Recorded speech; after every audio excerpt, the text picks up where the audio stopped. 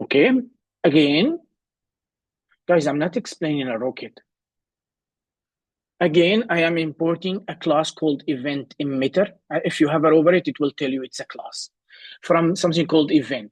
So event here, we have a lot of event in Node as just the front end, same idea. We have a lot of event. I am importing my class here, which is called event emitter.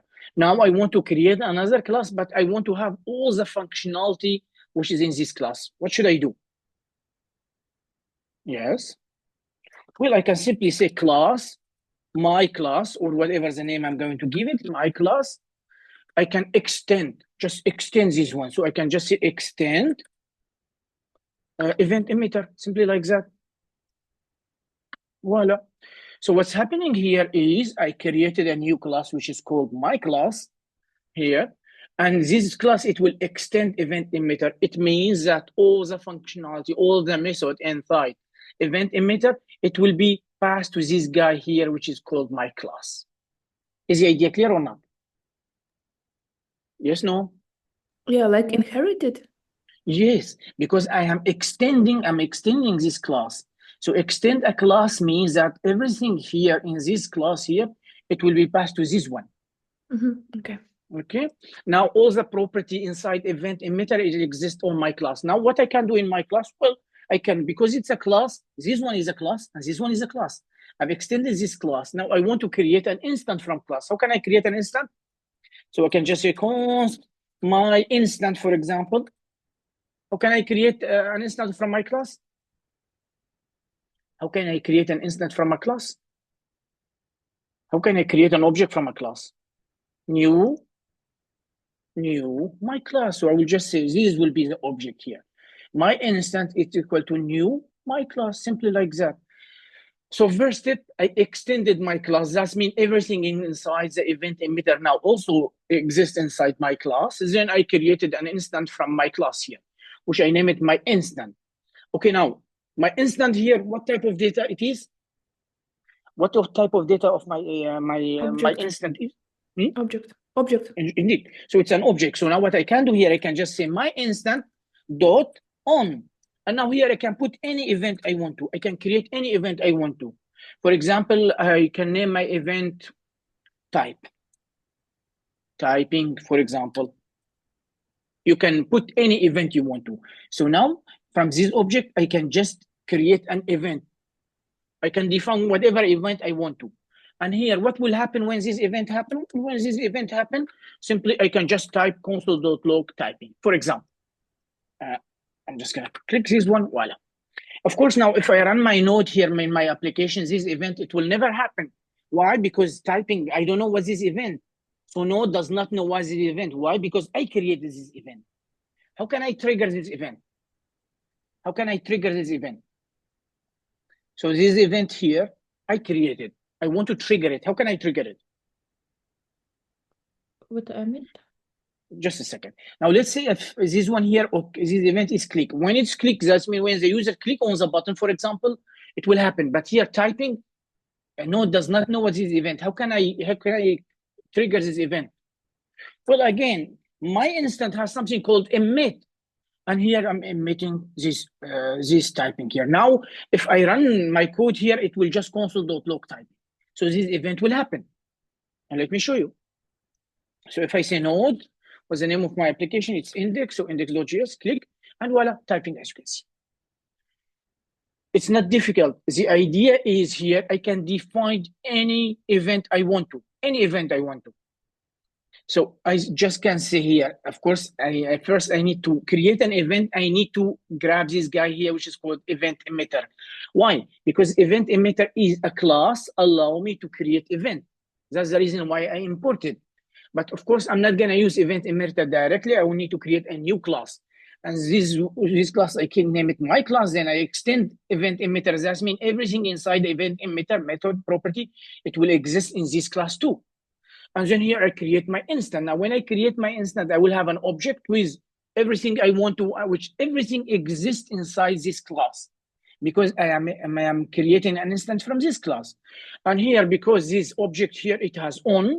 So the method is, if I want to define any event, I just say on, and you can type any event you want to. For example, not typing, I can name my event Z, for example. Z.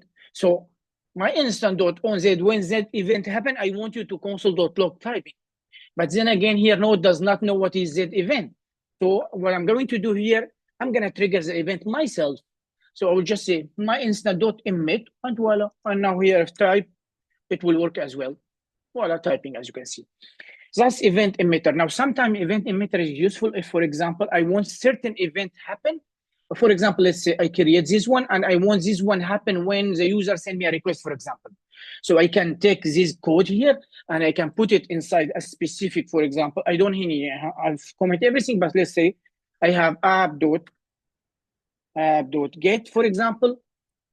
And when the user send the request to this route, which will be the root route, then I want to execute my event. Voila. Samir, you have a typo on line 45. It's not 45. up, append. Yes, because I've commented everything. That's the reason. So it's app. Okay, so app.get. So for example, when the user send me a request to this slash, I want something to happen. I want this event to trigger. Whatever the event is, I want to be triggered. Maybe the event is just writing some information to another file. I can define whatever event I want to. But whenever the user do something, then I'm going to trigger the event. How can I trigger the event? Well, I will just say my instant.emit this event, and voila. So that's simply event-driven architecture, and that's also an example of event emitter. Now, event emitter, we don't use it most of the time, but it's a good idea to explain it. And also, you need to know how to use it. For example, I can create any event I want to. So here, you will follow this step. So you need to import event emitter from event. You need to create your own class. You can name it whatever you want. Your class, then you need to create an instance. Then you can define your event. And now here, you want to trigger this event whenever you want to. For example, if I want, when the user send me a request to a specific route, I want this event to trigger. And then I will just put, as you can see here, in this route, I want this event to happen. Now, if the user send me a request to slash here, this event, it will be triggered automatically. This is quite important. Why? Because sometimes I want to do something when the user, for example, send me a request to specific route, or so on. Is the idea clear, or do you want me to explain it again? Samir, we inherit event emitter, and this is an object. And what is inside this object? Good question. I like that. So now let's just log it and see what's inside it. Log. Did I log? No, I did not log. Where is it? Where is it? Something happened here. So here, let's just log. Voila. And here, my instant. So let's see what's inside it. So inside it, it will be event on, more specifically. So node index.js, click.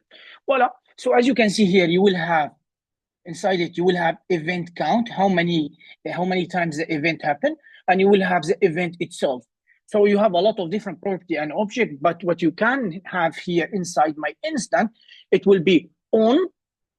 Actually, I'm not sure if I can, if I say dot on, voila. So as you can see, Daria, so you can emit, you can add a name, you can listen to how many times the event happened, you can off, that means you don't want the event anymore. You can do on, that means you can define your event. You can define even an event to happen one time only, and you can listen. You can do a lot of stuff. But what's important for me is just on. Why? Because if I say on, I can now define whatever event I want to. And the second one, what is important for me, is emit. Why? Because emit allow me to trigger the event. Yes, no? Yes. Yes, thank you. Thank you, Sam. The rest, is it clear? If not clear, I can bring another example. I don't mind. Is it clear for everyone? I've sent you the code. Again, event emitter sometimes is useful. Why? Because simply, I want sometime when the user do something, I want to, for example, let's say, I want when the user click on the button, I have a number and I want to count how many times how many user click on this button, for example. It's just an example. So if user click once, I will add a number too. So I will have now a number of an count, for example.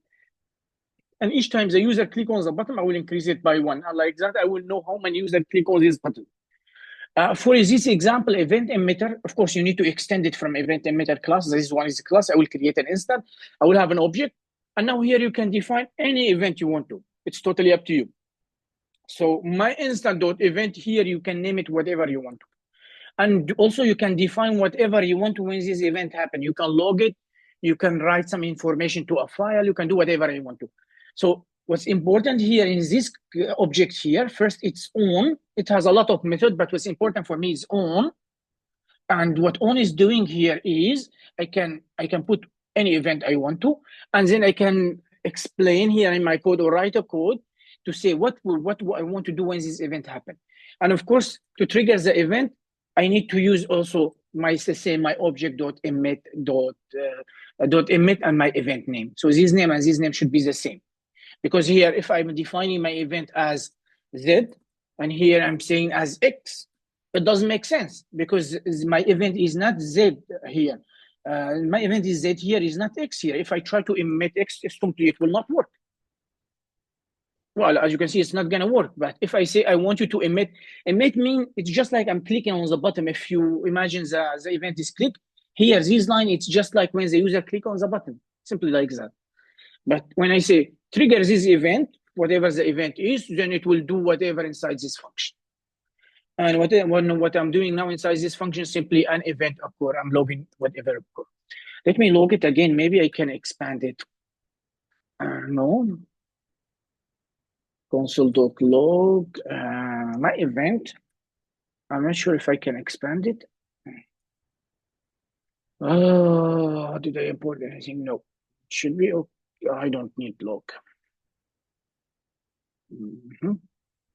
Let's run it again. Okay.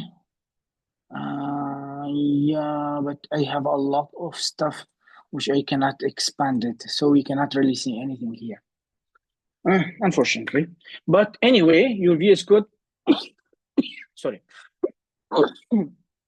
Your VS Code will help you. Sorry. If I say my instant dot, it will show you all the method here. As you can see, you know it's a method because you have a purple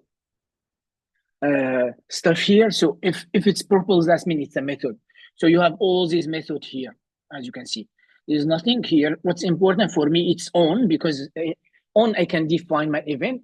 And maybe sometime you want the event to happen only one time. If that's the case, you can use once. Once is like on, but it will happen only one time. And when you want to trigger the event, you can use this one. But clear the event emitter? Yes. We will not gonna use it really, but just explaining. Do you understand now what is event-driven architecture mean? So to make it really simple, imagine like you have a button just like the front end. Now, when the user click on this button, I'm expecting something to happen. But this is something to happen. It will never happen if the event never happened. What is the event? Well, the event is click. That's mean when I click on the button, something will happen. So that's what we call event-driven architecture. That means nothing will happen if the event not happen. Here's my event is click. That's mean when the user click on the button, then something will happen. When I created my emitter here, my event was Z. Z, of course, it's not a known event, so I need to emit it myself. So at some point, I want this event to happen, so I can just say my instance dot emit this event, and when it will happen, whatever the function, it will be executed. Clear? Yes, no. That should be clear. Install npm version, yeah, okay. Reading and writing to a file. I mean, that should be simple, actually. So how can I read and write to a file? Does anyone remember how to read and write to a file? How can I read and write to a file? What do I need? Import file system. Yes, so I need first to import some built-in modules. So fs from fs, and also I need to import the path, the dir name, and file to URL, because I need to define the absolute path here. So what do I need to import?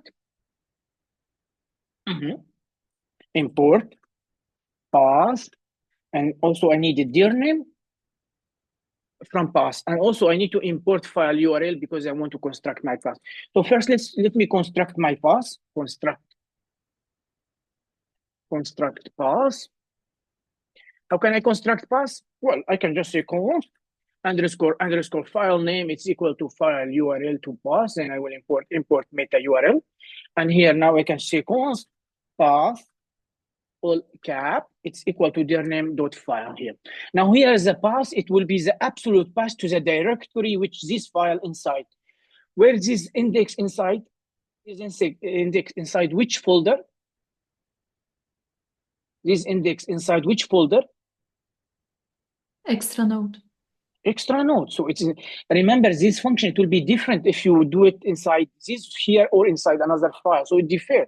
Why? Because it defined the path to the directory which the current file inside. My current file is index.js. It is inside extra node. Okay, I've defined my path here.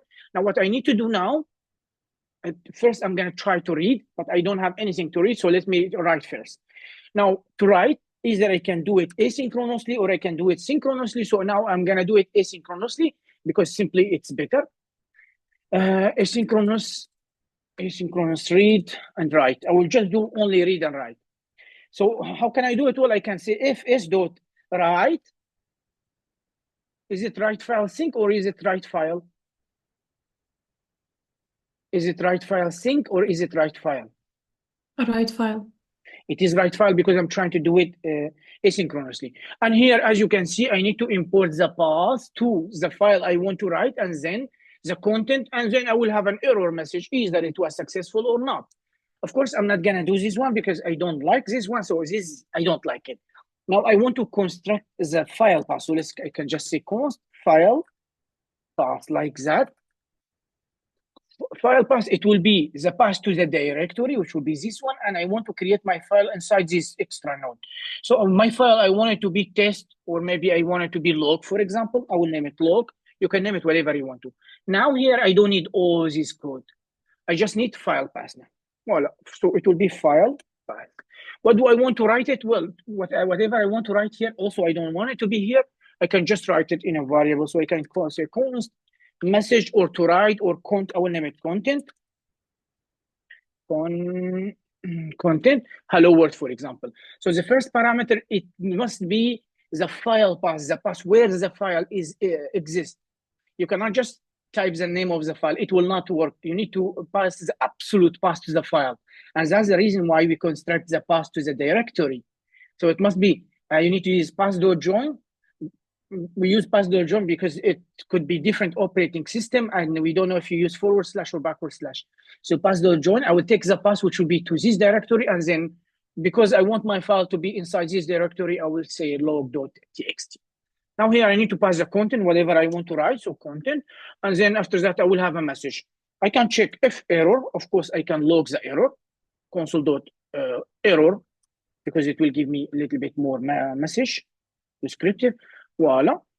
Else I can write a message here, whatever I want to. I can say file written successfully. So let's try to do it and see if that will work or not. If I say node index.js, voila, and as you can see, the file is being created successfully and hello world. That's how we can write to a file. Now, read from a file, it's the same idea, but I'm going to comment this one because I don't need it currently.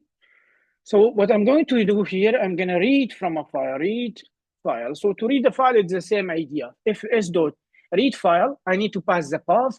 And then here, what I need to pass here, I will need to pass something called UTF-8.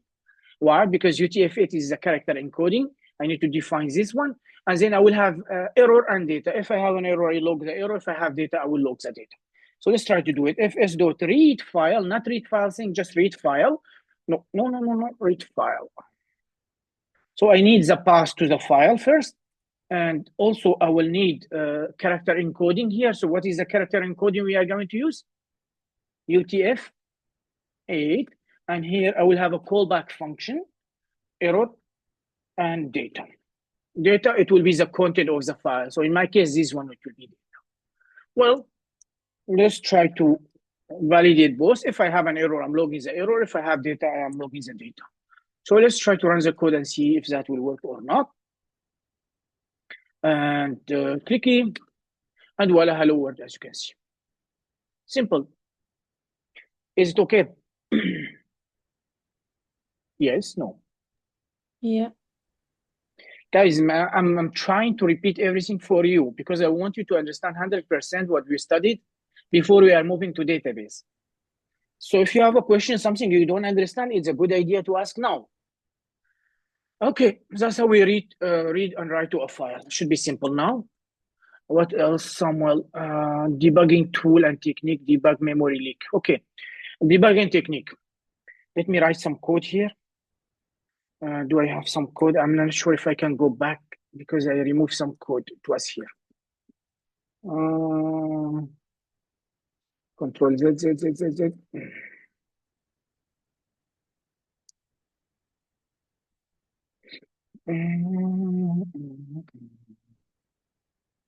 Voila, good. What do I have here? Voila. So how can I debug my, actually I've seen that most of you has this problem of debugging. I don't know what's the problem with you. Debugging is super important. Without debugging, you cannot do anything. Debugging just do not help you just to debug, find a bug. Also, it helps you to understand your code. So you need to understand how your code is working. You need to understand how debugging is working. Debugging is super simple. I've told you before. So now let's say I have this route here.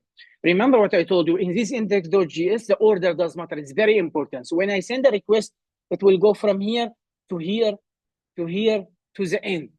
So now let's say I have a problem at this route here. The others are not routes, so they're just library. As you can see here, if it go to error, if I have 404, I know that my route will go here. But most probably I will not have this one. Handle error, if my server doing some error, it will go here. I will receive a message, I will know what's the problem. But let's say now I have a problem here and I want to debug it. It's okay. So all I have to do, I need to just put a breakpoint here inside the function. Okay, after I put a breakpoint, what should I do? I will go to debugging. And then what I can do here, I can create launch.json.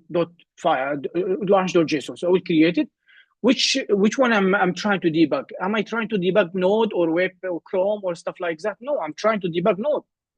And here it will create a file for me, which is called launch.json. Of course, in your case, I don't need launch.json. I don't like this setting. So what you need to do, you will just go to your repo. Let me open your repo here again. Voila. So you will simply go to your repo, you will go to Node, and you have something called debug here. If you click on this one, it will say debug launch. So all you have to do, you need to use this one, but you need to make sure that you have NodeMon. Why? Because as one of them, see, I'm using NodeMon. If you don't have NodeMon globally, it will not work. And I think all of you have NodeMon already. So I'm going to put my setting here. Voila. After I put my setting, see, I have a link here. I have everything. Now what I need to do, I'm not running my server. I'm not running anything. Why? Because the debugging setting, it already will start the server for you. So you don't need to do anything. Now I have a problem here. I have a breakpoint here. I'm just going to click on this one and voila. So my debug server is working. How can I see that? Well, I can see that here is the server is up and running on localhost 5005. Okay, but okay, I don't see anything. Simply, you don't see anything because there is no request. Because as we know, the server, how server work, it work when there is a request. And as you can see, I need to send a request to slash, so it will hit this point and it will stop in my breaking point. So now what I can do, I can just go to my browser and I can send a request to 5005. Click. And if I click on it, voila, see, it stopped here. And now here, it's very similar to the browser. Why? I have a call stack, which will tell me which function calling which function if I need to. I have my breaking point here. More importantly, I have my variable here. So I have a request, I have a response, I have this keyword is not defined. Also, I have local variable, I have modular variable. What's the difference between module variable and global variable? What's the difference between module variable and global variable? The reason in scope? Yeah, I know it's a scope. So local, we know it will be mostly inside a function or something, but what is module? What is module in Node? Method? No, a module in Node is a file. It's a file here. Each file, we call it a module. That's why in my index.js, if I go here, I say type module. Type module mean each file inside node here, it will consider a module. So the reason why it's giving you 3 variable locals, that means if I have a function variable inside a function, it will be local to the function. Module mean the variable which only known inside one file, inside this file. For example, port, it will be only known inside this file. I cannot use port inside the, for example, inside database or stuff like that because it exists on this file. As a file, we call it module. But global, there is some variable, for example, console.log. I can use it in any module, in any file I can use it because it's a global method. You understand the difference now? Yes? So this one, it will be local to a function or a scope curly brace, because as you know, later cost their scope, their scope is the block scope. So they just only, if I declare them here, they're only known inside the scope. Module mean is inside one file. Global mean in every file. Okay, fine. Now what should I do here? I have a problem here. So let's go here. Console.log heap used. So what is heap used? So I will have it over it. Well, I don't have heap used. So if it's normal, it will give me an error because I don't have heap used. Now, something nice about the setting we are defining in our debugger is I can write my code here. Okay. So if I write my code and see, now it's restarting again. And now if I hover over a heap used, see, now I can see a value. So I have 940, actually it's more. I have 9,441,050. I think it's in kilobytes, something like that. I need to search it, but I think it's kilobyte. That's the reason why we need to divide it by 1024 to, again, 1024 to make it megabyte. But anyway, so what you can do here now, you can go through your code, hover over it, or you can see it here. See, the heap used is here. Now, what I can do here, I can go line by line to see what is my mistake. And also, if I want to modify something, I can. I don't have any function, so I can just use step over. It will go just to the next line, as you can see. And here I can even hover over send. It will show me what I have. I can expand the stuff inside it. It's just like the browser, no different between the two. Well, as already different here, I can hover. So if I hover over response, it will show me the whole response object, as you can see. And I will go line by line until I find my bug. And when I finish with this one, all I have to do, if I want to restart again, debug again, I can use this one. If I want to resume, that means get rid of everything. Voila, I finish. And now here I need to remove my breakpoint. And as you can see, everything is fine. Now I just need to close this one because I don't need it anymore. And that's simply how it is. Is it clear now how to debug your node application? Debugging is super important. Yes? No? Yes. Yeah.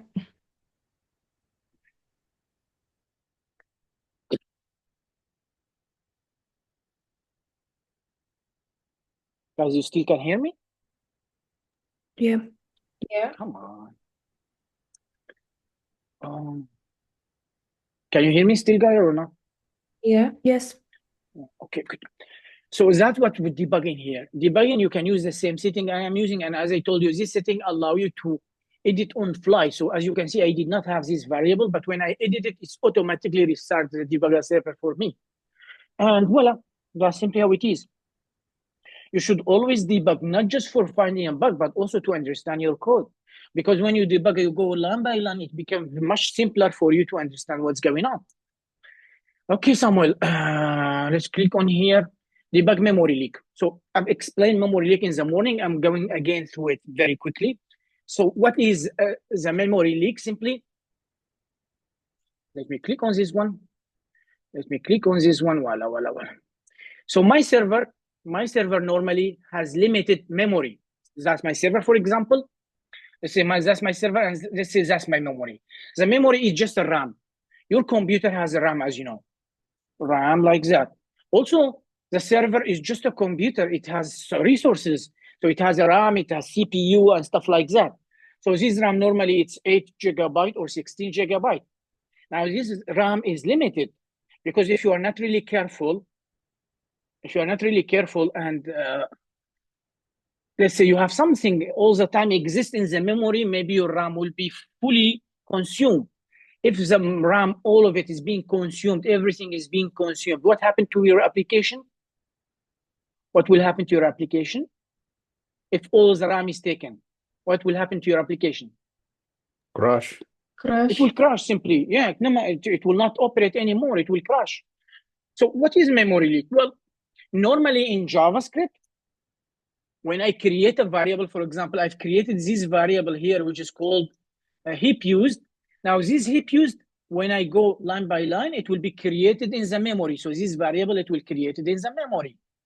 And when I finish executing this function, it should be removed from the memory because we don't use it anymore. You got the point? So that's the reason why when I go line by line, I can see heap used here. In the variable, I can see heap used. When I finish heap used, it will be removed from the memory because I don't need it anymore. And the guy who's removing it from the memory, we call garbage collector. The garbage collector for JavaScript is work automatically.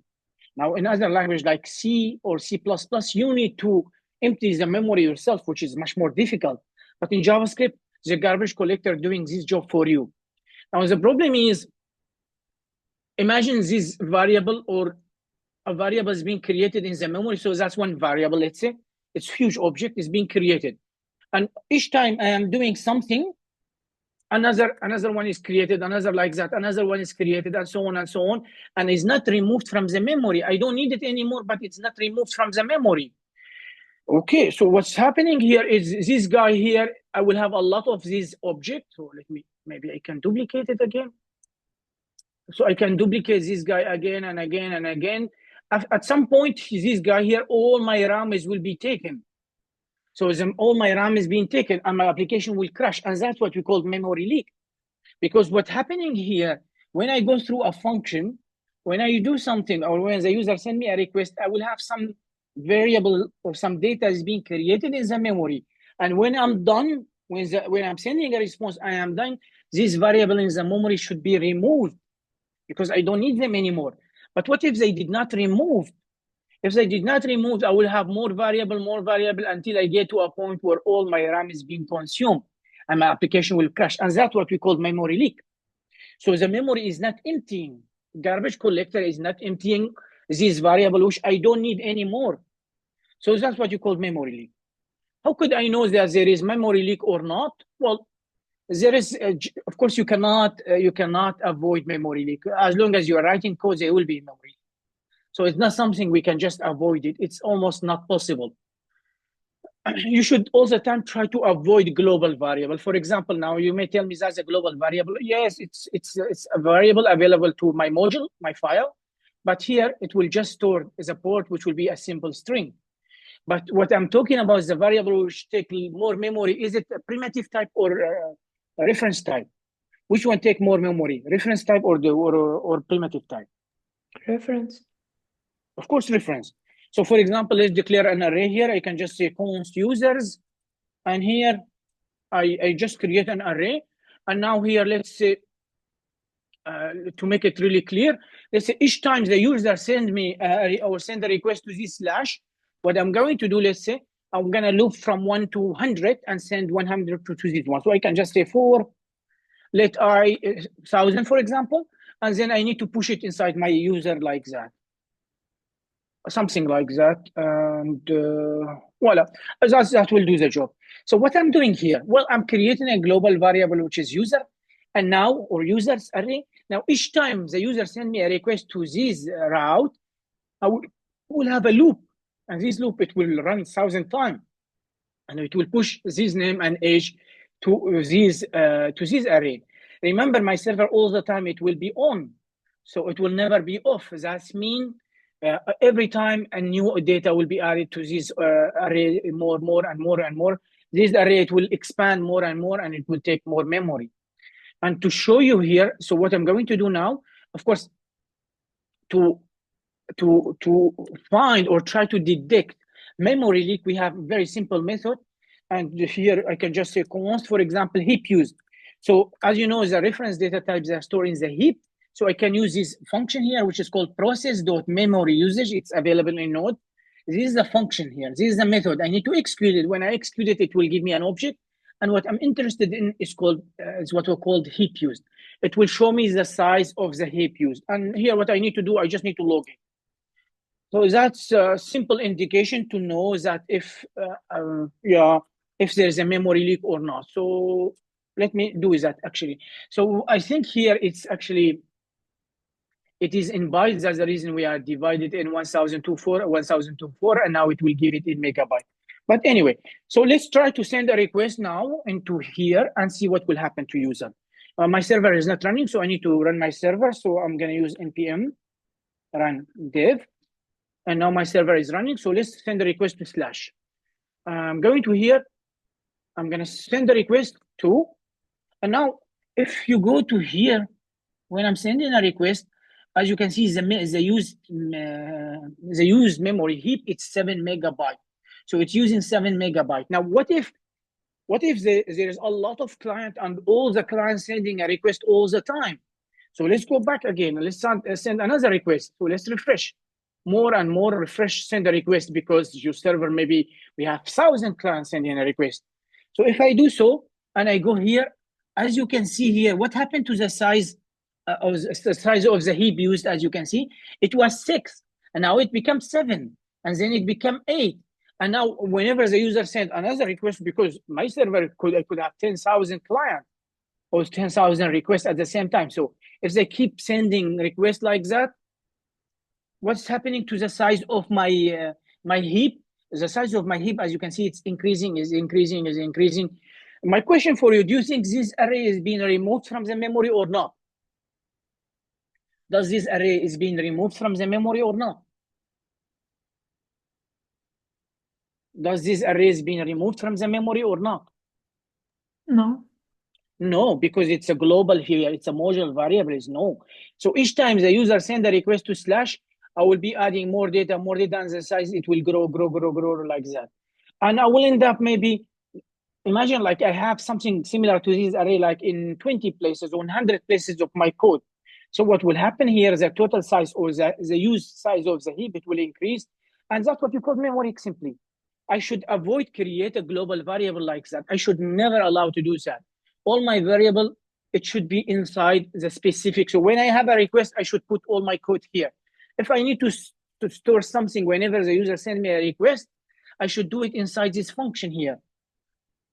Why? Because if it's inside the function, that means it will be executed when the function finish executing. What happened to the variable I created, it will be removed from the memory. But if it's a global variable, it will not be removed from the memory, and it will take more memory. That's simply how it is. So the simple way to detect if your code or a piece of your code is leaking memory or not, you can use heap used process.memory usage, which will be a method. It's a function, a method. And then here it will include object. I'll show you the object. It says 4 different property. I'm interested in the heap used. And then here you can send multiple requests, and after that try to see if it's consuming more memory or not. So that's the simplest way. There is another way here. I will not go in deep in this way because it's not okay for beginner actually. So let me, I'm gonna get rid of this one. Yeah, but it's fine.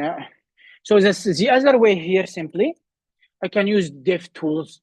And how can I use DevTools? Well, if I go to my package.json, now if I run node space -- inspect space the name of my file or server index.js. If I run this command, now if I say npm run debug, which will run node space -- inspect. If I do so, it's telling me that now the debugger is listening to my server, and my server is running on port 5005. Now, if I go to my DevTools, notice, click, as you can see, I have something new here. So I have a node sign here. If I click on it, it will open another DevTool for me, and this DevTool, it will help me to calculate the memory, because as you can see, I have console, I have source, I have memory. I'm interested in the memory here. And now what I can do here, I can create different snapshot. What do I mean by that? Well, I can just, for example, click on this one. See, it will create a snapshot for me. It will show me a lot of information here. I will see all number of my function. I will see the object. I will see the array. I will see a lot of information. And now what I can do here, I can go to my server and send a lot of requests. So I can send a lot of requests now. more requests. And then now I can create another snapshot. So I can record a second snapshot. And now what I can do here, I can compare this one and this one and see, okay, does the number of the object increase or not? Actually, it's increased. So if you can see 3 to 10, now it's 3 to 26. And I can compare all these two profiles. And from these two profiles, there may be indications that my memory is leaking. There is some object is not being removed from the memory. And there's also something else. If you want, you can, if you are in snapshot 1, you cannot go to summary, you can go to comparison. And then here you can compare it with the snapshot 2. And here it will show you the difference between the two. There is an interesting property here, which is called size delta. So size delta, it will be the difference between the first snapshot and the second snapshot, and you can see how much different you have. So if you hover over this one, the node, I don't have any. Let's go to the object shape here. So the difference is like 7,336.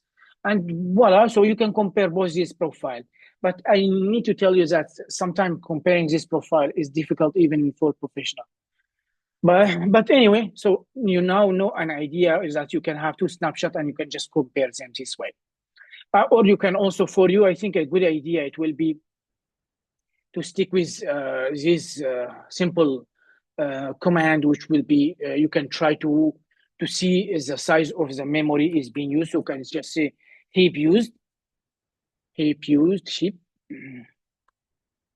So heap used, and you can use just process.e and process.memory usage, which is a function, and then you can access heap used. You can divide it by 1024, because I think the unit is in, if I'm not mistaken, now it will be in megabytes, so I'm dividing it here. Actually, it's bytes then. It's byte. Now, if I divide it by 1024, it will give me a kilobyte. If I divide it by 1024, it will give me megabyte. So indeed, it is a byte. But that's the idea. Then you can log this value, and after sending a lot of requests, you can compare the value here. And if the value is very different, that's maybe a good indication that you have a memory leak. Is it okay? Yes, no? Hello? Yes. No? Good. I've shared with you a few articles, actually. Some of them, how can I prevent debug memory leak? So you can read this one. You still see my screen, I suppose. So here it's just explaining what do you want. And here explaining the stack and explaining the heap for you. So as I told you, the stack stores the primitive data type, as you can see, and the heap stores the complex or reference data type. And he will show you an example how the heap and stack is different. And after that, it will give you some advice how to try to avoid memory leak. Garbage collector, you don't need to understand all of that, but what are memory leak? Also, it's explaining here how to avoid memory leak. You need to avoid creating global variable. Like I just show you here, see, I have an array here, and each time the user sends a request to slash something added to the array, you need to avoid closure. A closure is the function inside another function, and for us, we don't use closure too much.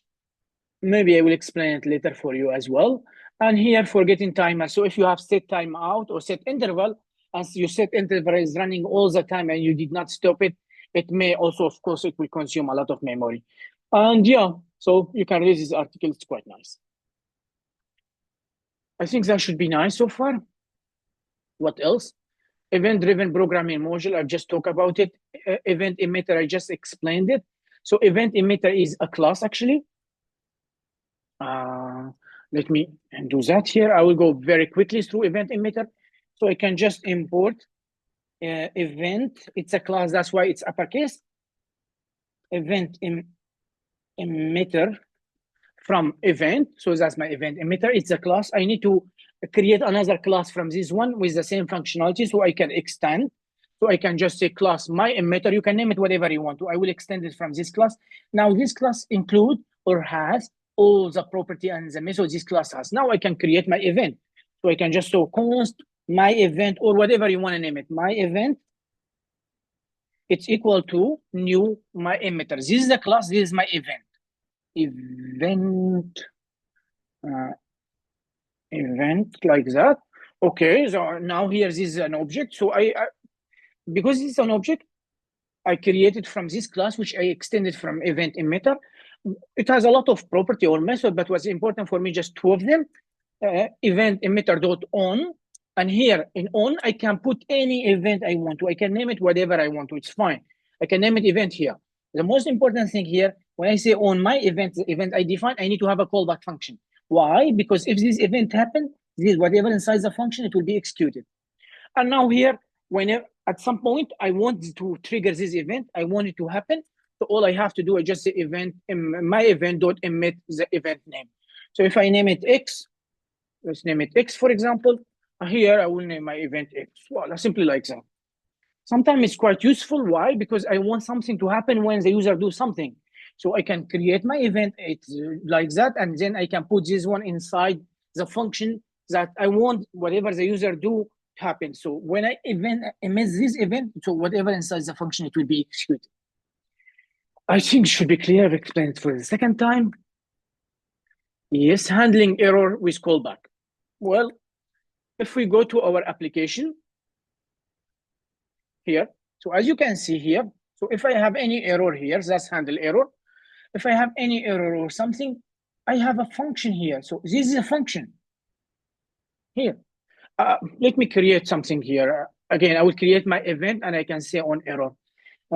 Maybe I can just see, let's say request on error, for example. I have request here. So because I have a request object, I will have a method on it called on, and now I can listen to error, whatever error happens. So there is an event called error, by the way, on the request. So when error happened, I want to put a function here, and voila, it's the same idea. So what I want to do, I want to log the stack. So what they're saying here, handling error with, where is it? Handling event with callback is the same idea. So I have my event. What is my event? Is error. It could be any event. So when this event happens, I want a function to be triggered. And that's what we call callback. We call it callback because when this event happens, this function, it will be executed. That's why we call it a callback function. Is the idea clear or not? We are using it most of the time. I mean, if you have a look at app.use, we are using a middleware. Then we have a callback function. This is callback function. App.listen, we have a port. This is callback function. All of those are callback function. App.use, this is callback function. App.get, we have the route. This is callback function. Why? Because it will happen. This function, it will be executed when the user send a request to this route slash. So all of those are callback function. Is the idea clear, guys, or not? It's just a function. It happen or it execute when certain event happen. Yeah. Okay. Handling HTTP request and response. Well, that should be very simple, actually. Sam, I mean, yes. can you explain? Can you go back to the check-in of the Yeah. Samuel? The callback hell and how to avoid it, please. Is it upstairs or downstairs? Up. The event loop and callbacks. Yeah, understand callback, understand how to avoid. The callback hell and how to avoid it. Yeah, this one. So simply callback hell. Let's say, let me remove this one. I'll just make it very simple for you. So callback hell, let's say, I need to event happen. Okay, let me take my request. Actually, maybe it's not a good idea to do so. Let's say when the user send a request to slash, I have a callback function, right? I have one callback function, okay? But let's say I don't want one callback function. I want when this one happens inside this function, I can create another function if I want to. How? Well, I can say, for example, in this function, I can just define function. And in this function, I will name it, I don't know, whatever, my func, for example. My func like that. My func. And I will create another function. Voila. So what's happening here? When this function happen, as you can see, I have another function inside it. And now I can create another function inside it. So I have a loop, and inside this function, I have another function. So some before we have this style, before we have like asynchronous programming, we used to put a function inside a function inside a function. And that's simply what we call callback here. So callback here, it's a function inside a function inside a function. And that will make our code very difficult to read. Now, after we are using asynchronous programming, we don't really need to put function inside a function inside a function. We just need one function level. The idea of callback here is having a function inside the function. But I'm gonna look, maybe I can find a simpler example online. Callback hill example.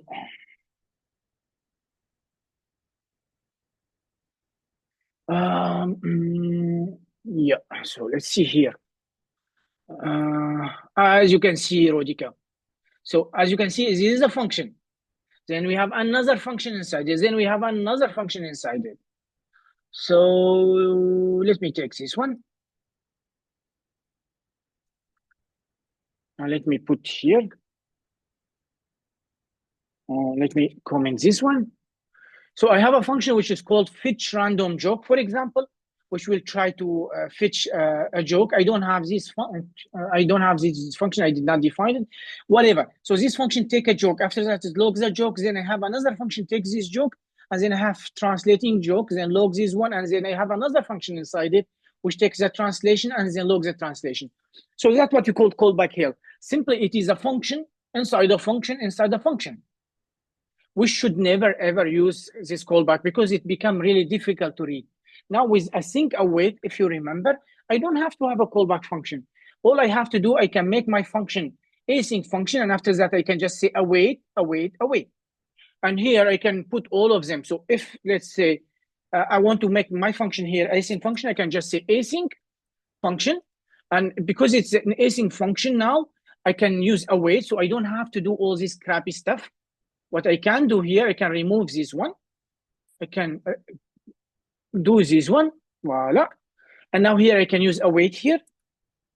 So this function here, it will be executed first, and then here I can return from this function whatever I want to, and then I can save it in a variable, for example, result. And now here it will return me the joke or the translated joke.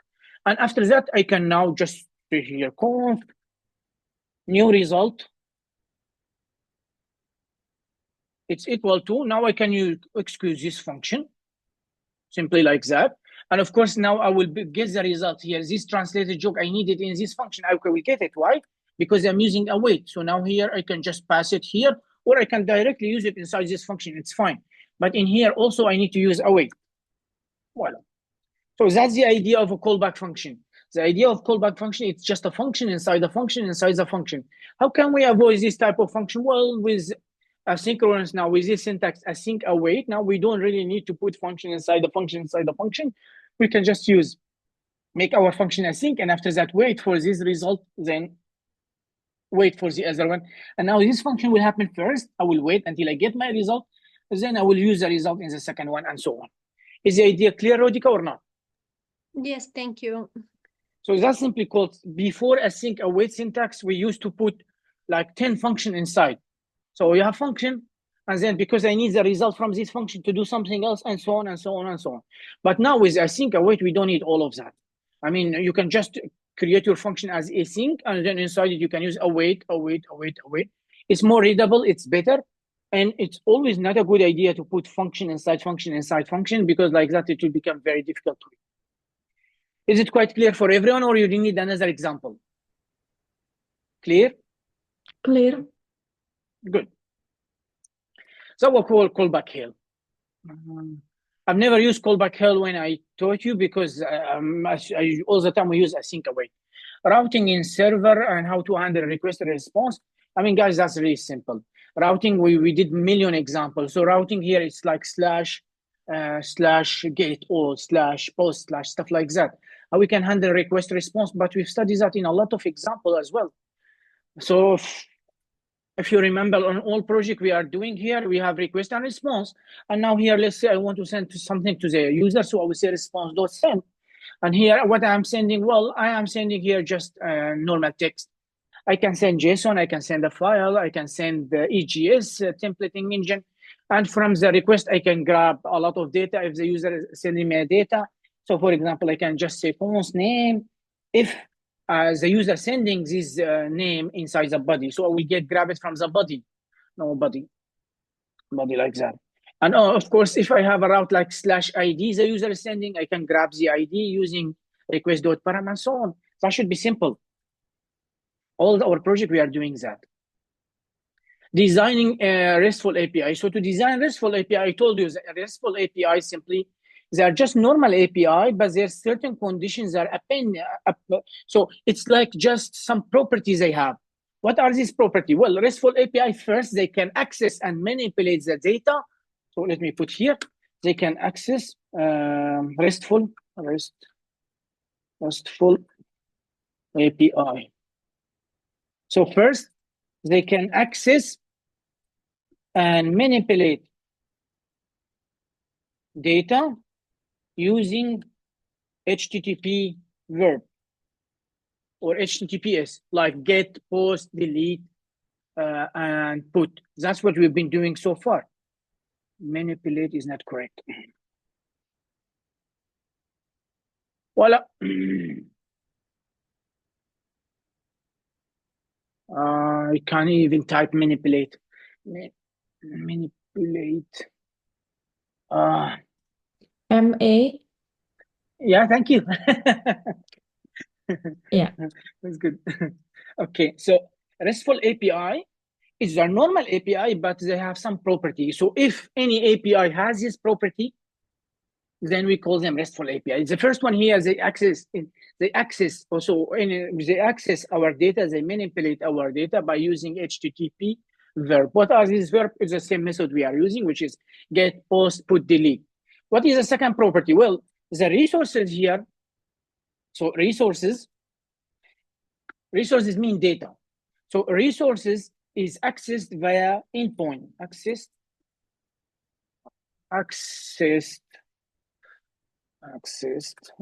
Thank you. Accessed via endpoints. So what are the endpoints? Well, that here, if you remember our API, we just say HTTP, localhost, something like that. So we have API v1 user, for example. So here's that what you call the endpoint here. User is endpoint. Then I can create another one, which is, for example, API v1 / let's say product. Let's create another one and let's call it product. So it will be the same. I'm going to use the same base URL, and I'm going to just change the last one, which will be product. Voila. So that's what you call the endpoint. This one is endpoint. This one is endpoint. Those guys here, if they are the same, we call them the base URL, simply like that. So that's what endpoint here. And that's what we've been doing, because when we get all our data, we say / get all or / put or / delete. You can name this one whatever you want to, but you need an endpoint here. Is the idea clear, guys? Yes? Yeah. Of course, in RESTful API also we are using status. So we are using, come on, I can't even type, using status code. So for example, 200, 21, 24, stuff like that. We are using this status all the time. We use 200 to be successful, 201 is being created, 302 for redirection, 400 user error, 404 does not exist, 500 server error. So if we are using also these different status code, it will be one of the properties that we call it RESTful API. Now, in general, RESTful API, the content is application, so it's JSON actually. We can use another type of data, but most of the time we use JSON, especially when you have a front end and you have a backend. So you send a request to the backend. Most of the time, the data, it will be in form of JSON. Why? Because when we're sending the data, it will be in form of JSON string, and JSON string, the size is smaller. That means the time needed to transfer data between the front end and the backend, and the backend and the front end, it will be much less, less time. So it will be faster. Also, our RESTful APIs are stateless. What do I mean by stateless? RESTful API is stateless. What do I mean by stateless? Follow precise rules. So stateless simply means if I have a request, where is my escalator? I've explained in the first day we study. So if this is my client, this is my server. So when my client send a request to the server, And when I have a response, it's finished. That's it. The server does not remember who I am after that. Why? Because all the information needed here, it is inside the request. And that's what we've been doing. Because, for example, when the user sends a request, it has a token inside the cookie. It has all the information. If I want to send data, I put it in the body. If I want to send a param, I put it inside the request.params, and so on. So all the information inside the request. So the server here, it will grab this information, make sure you have a token, you are authenticated. It will take the data necessary, and after that, it will send the response.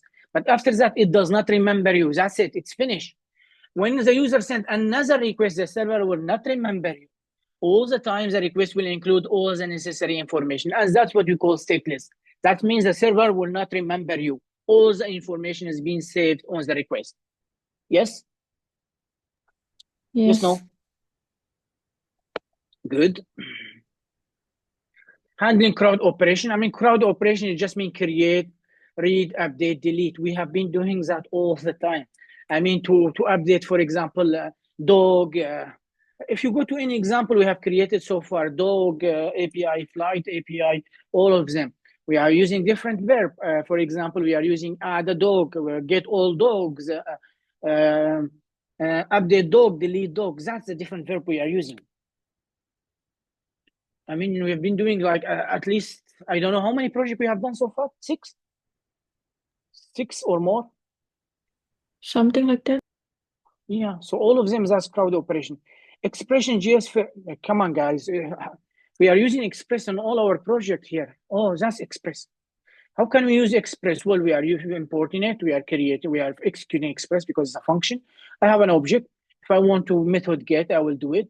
Of course, I'm just showing you as the general file here. In reality, you should have route separated. You should have controller separated, and so on. So we've been using Express since the day we started. I don't know, since week 2 or so on. So that's it. It's not something new. Authentication. Well, authentication strategy, we have 2 authentication strategy we studied. Either we're going to authenticate the user using session and cookies. So we have two ways to do authentication.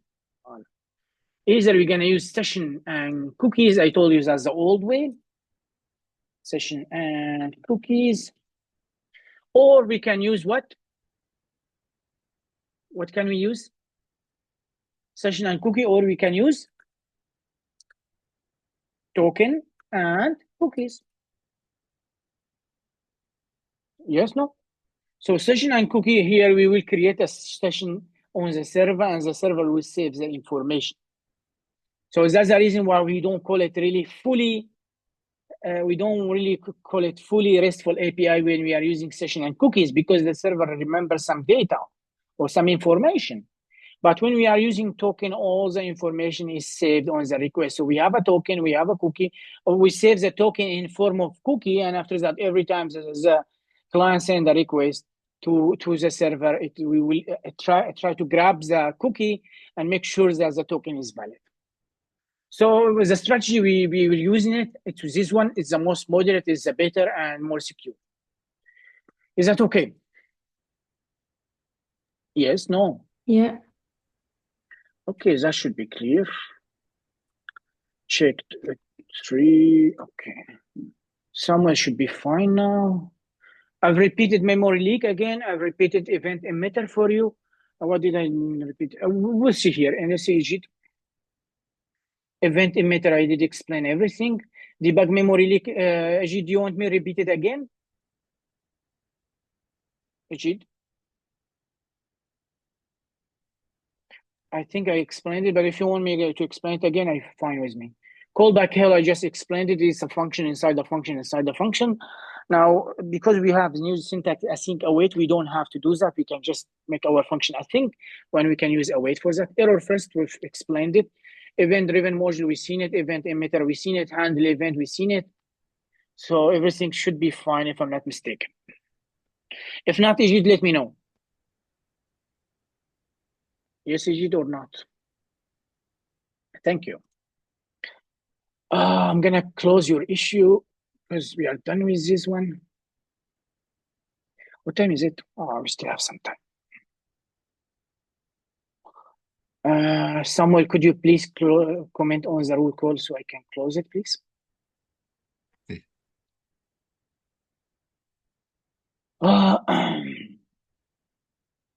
Daria? Okay, let's see. Yes. Debugging memory, I think I explained it. Do you want me to explain Yeah. it again? No, Yes? no. Yeah, no, that's fine. Okay, callback here, I just explained it. It's a function inside a function inside a function. Event emitter, I've just explained it, should be fine. Design RESTful API. Well, we call an API RESTful if it just follows these rules, which I told you. There are a few rules. You need to know that the RESTful API access and manipulates the data using HTTP method. So get, post, put, delete. Also, the resources access via endpoint. So you will have your base URL and then /user or / stuff like that. And also, we are using status code when we are sending a response to the user, like 200 and stuff like that. And of course, you need to know that REST for your API stateless. That means when you send a request, the server grab all the information needed to validate the user, send him back a response, then it will not remember you. And then authentication done via token, simply like that. Weeks 3, okay. Should be cool. Okay, fine. We have Minju. Where are you, Minju? You here? Minju, you are here? Oh, Minju's not here. Well, debug memory, I can explain it multiple times. The rest should be fine. Okay.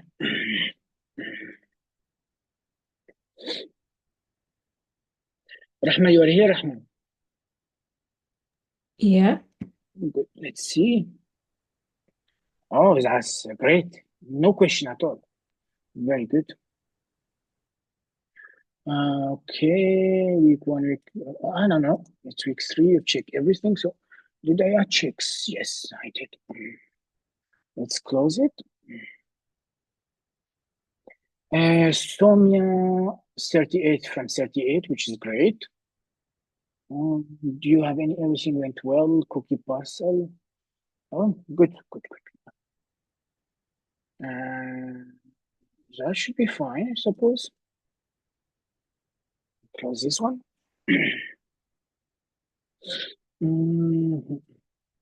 Adil, you're there, Adil? Adil is not. Yeah, Adil is here.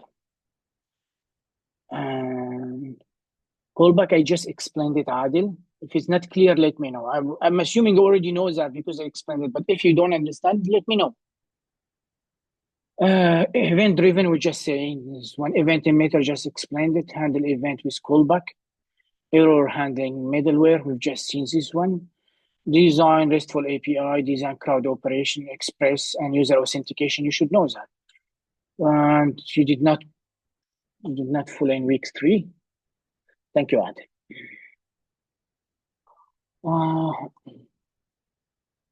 Goldkin, you are here. Good. Everything is clear. That's very good. Good.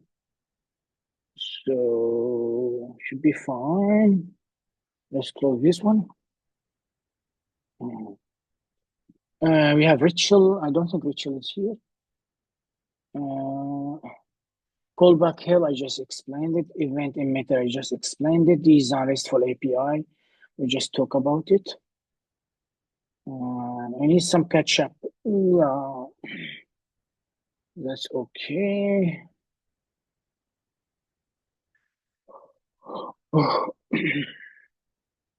Ramya, you are here, Ramya.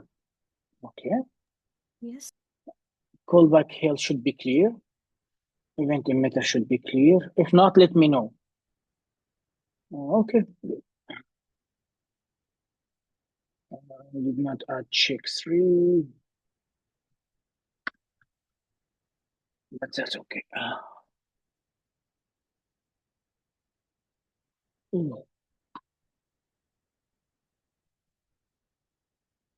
Yana's here. Debug memory leak, I think it's supposed to be clear, Yana. Routing, it just means when you say get slash all, for example, all cats, then slash add cat. That's simply routing. Error handling middleware, like the error we are using in our file all the time. This one what you called error handling. I'm sorry, this one we called error handling.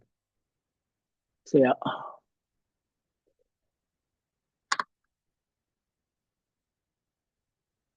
Design RESTful API, cloud operation, Express, you use it in each project. Authentication should be quite clear. We have two strategies, either using session and cookie, or token and cookie, and we use token and cookie because it's more secure and better. Okay. Agnieszka? Okay, everything should be clear. Good. Ahlam, you're here, Ahlam. Yes. Good. Everything should be clear. Good. Well, perfect. Imra,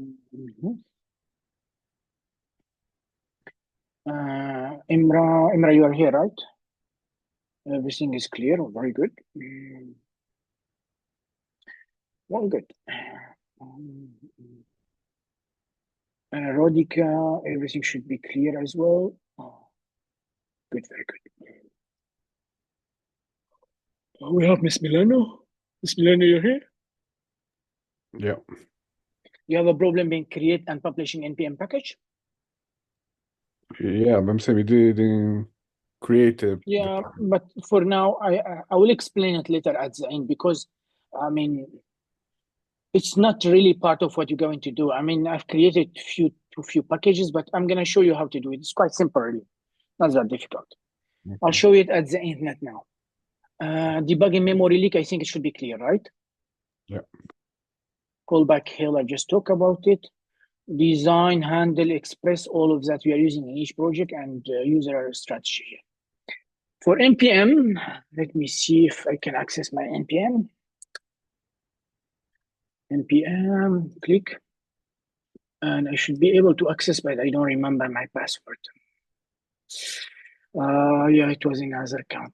Anyway, I'm going to explain later because I have already two packages, one for translation and the other one, I think it's for time. Creating NPM package is quite simple. It's not that difficult.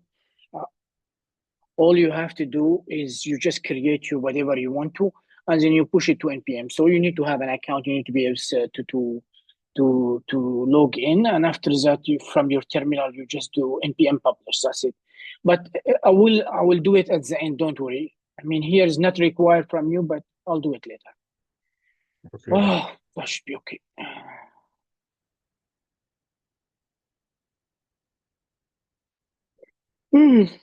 Any question about Node, what we studied so far? Any question? Any question so far? I'm gonna stop the recording.